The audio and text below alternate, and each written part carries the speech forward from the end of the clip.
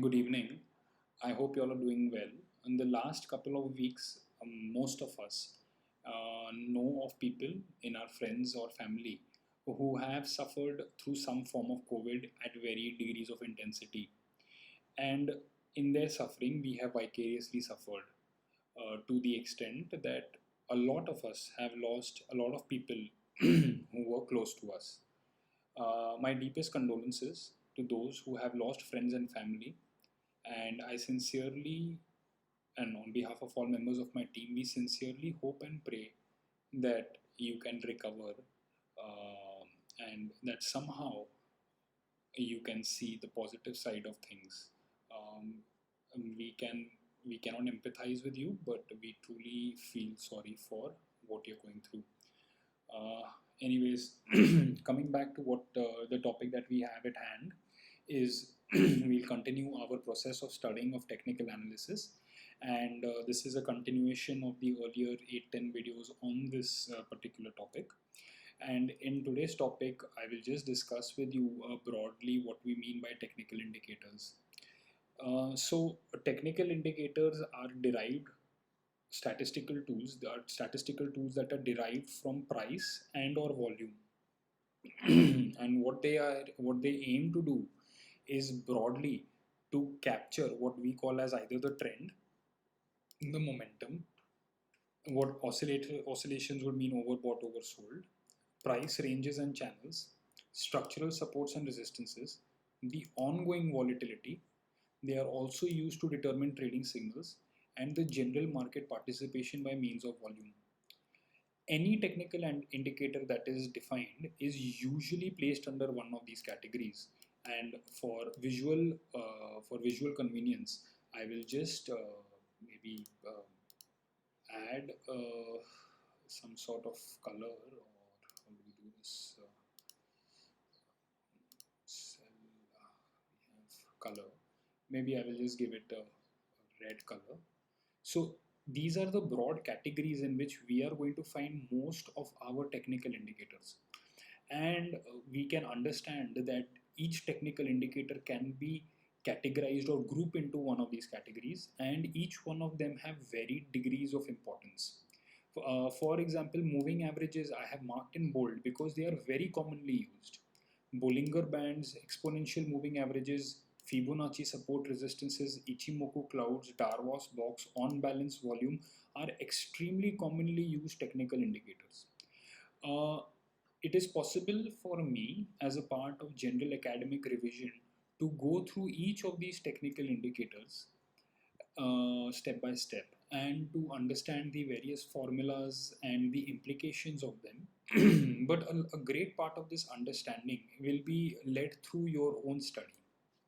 The objective of this particular outline content video is to just organize that content in groups so that it gives you a direction in your study. Having said that, whenever you are looking to trade well, what you are looking for is a confluence of most of these indicators. A point in which there is confluence of indicators, that is to say that we are in a oscillator which is highly overbought or oversold, or let's say highly oversold in a structurally upmoving trend, and the price happens to be at one of its supports, you could consider going long, and you could exit on either parabolic SAR or using Darvas box or using Ichimoku cloud indicators. You could look for confluence or agreement even in volume if we are trading ranges and anticipating potential range breakouts. So these indicators serve as a means for us to reject setups, which look the same on price, but through various other permutation combinations give are not perfectly aligned. And any confluence of these indicators increases the probability of our trading success. I have outlined these indicators here. These continue. For example, Kelter's channels in the channels is quite a useful indicator. I use it myself. Moving average envelopes is also very useful. MACD is also very commonly used. Then we have relative stock, RSI, stochastic. These are also very commonly used oscillators, as I have marked here. So, in essence, what we have here is that we have groups of indicators, and we have to choose preferably one, not more than two, from each of these categories in order to drive our decision making. I would like to further add that there is a lot of discussion between having pure price action and the use of indicators. It is true that pure price action is the ultimate thing in decision making, and I use pure price action itself, which means my setup will have very few to no indicators. However, this has come after years of experience using indicators, which often means that when I look at a chart, I already have a fair assessment of where the indicators ought to be. And when I look at a chart, I almost intuitively or instinctively know that there is a divergence. And when I want to confirm, I will apply an indicator. So let's just take an example on which I have just used price action in order to take a position. And today, what I would like to do is I would like to share the portfolio of our late client, Mr. Sumitan Kaushal. He started with us in April, but unfortunately, due to COVID, we lost him at a very young age, and it's been less than 1 month that we were working together, but we have had a great relation even before we started work together. And I just thought that maybe it is a good time to just simply use his portfolio as a reference for other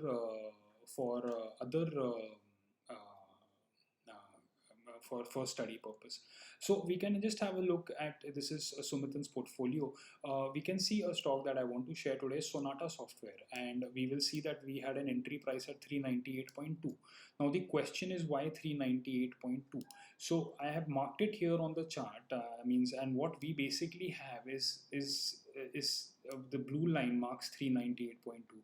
And now what I want you to just simply have a look at the chart and see that if this line here is the all-time high, right? This line here is the all-time high.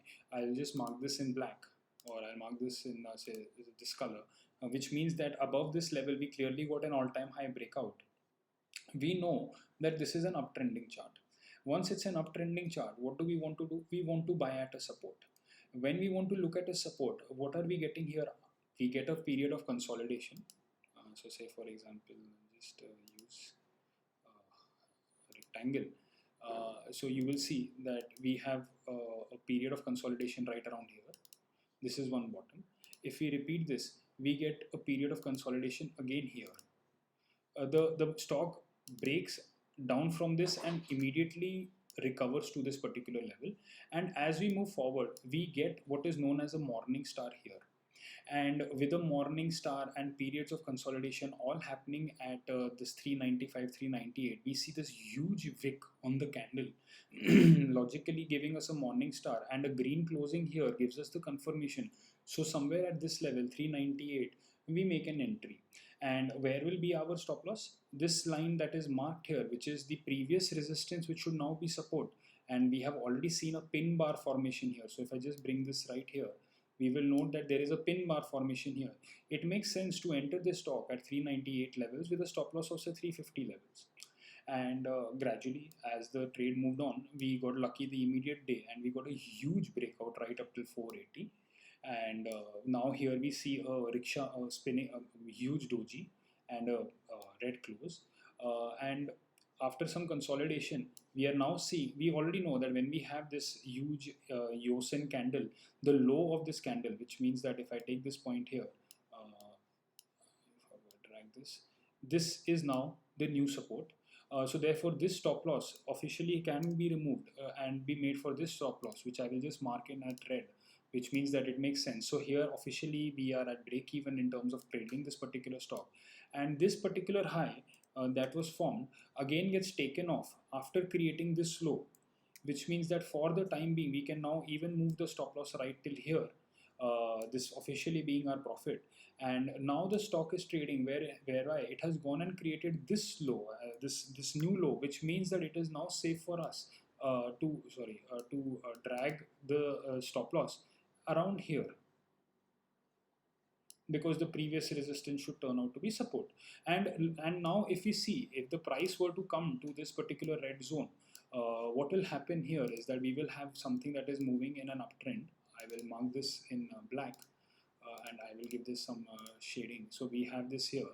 We have a higher top, we have a higher bottom. So then after that we have something like this. All right. Now for it to come to this, red bar, which is our stop loss, this stock has to officially go and do something like this, right? And here we would have officially got a clear-cut M pattern and a lower top, lower bottom formation, indicating that a long position initiated here can be removed here after the break of this low and confirmed when it comes here, because it's a closing stop loss, so a day low can come here.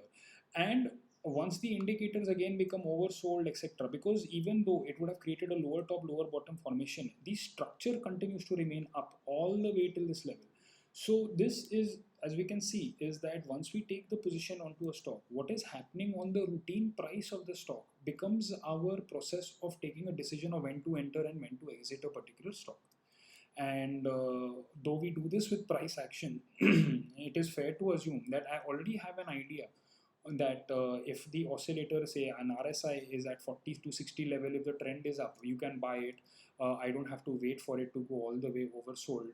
And there is, you clearly get idea, and I have already shared with you in previous videos how to calculate support resistances using your charts or by using mathematical formulas. So with all of this, we get sufficient understanding of where we should take a position in the market. For example, another stock is, let's just say, Alembic, which has been entered at 104.7 for him.